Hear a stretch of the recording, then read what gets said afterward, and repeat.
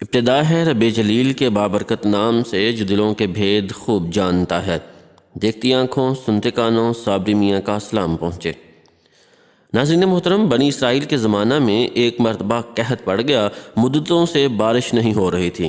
لوگ حضرت موسیٰ علیہ السلام کے پاس گئے اور عرض کیا، یا کلیم اللہ، رب تعالیٰ سے دعا فرمائیں کہ بارش نازل فرمائے۔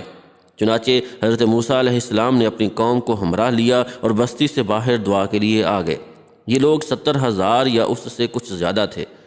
موسیٰ علیہ السلام نے بڑی عاجزی سے دعا کرنا شروع کی، میرے پروردگار، ہمیں بارش سے نواز، ہمارے اوپر رحمتوں کی نوازش فرما، چھوٹے چھوٹے معصوم بچے، بے زبان جانور اور بیمار سبھی تیری رحمت کے امیدوار ہیں۔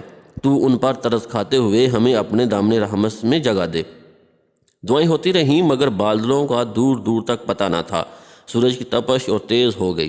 حضرت موسیٰ علیہ السلام کو بڑا تعجب ہوا۔ اللہ تعالیٰ سے دعا کے قبول نہ ہونے کی وجہ پوچھی تو وحی نازل ہوئی، تمہارے درمیان ایک ایسا شخص ہے جو گزشتہ 40 سالوں سے مسلسل میری نافرمانی کر رہا ہے اور گناہوں پر مصر ہے۔ اے موسیٰ، آپ لوگوں میں اعلان کر دیں کہ وہ نکل جائے، کیونکہ اس آدمی کی وجہ سے بارش رکی ہوئی ہے اور جب تک وہ باہر نہیں نکلتا بارش نہیں ہوگی۔ حضرت موسیٰ علیہ السلام نے عرض کیا، باری تعالیٰ، میں کمزور سا بندہ، میری آواز بھی ضعیف ہے، یہ لوگ 70,000 یا اس سے بھی زیادہ ہیں، میں ان تک اپنی آواز کیسے پہنچاؤں گا؟ جواب ملا، تیرا کام آواز دینا ہے، پہنچانا ہمارا کام ہے۔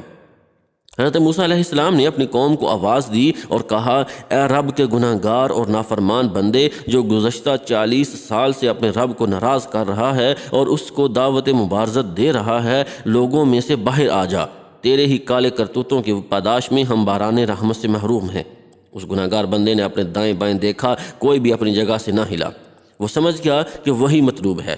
سوچا کہ اگر میں تمام لوگوں کے سامنے باہر نکلا تو بے حد شرمندگی ہوگی اور میری جگ ہسائی ہوگی، اور اگر میں باہر نہ نکلا تو محض میری وجہ سے تمام لوگ بارش سے محروم رہیں گے۔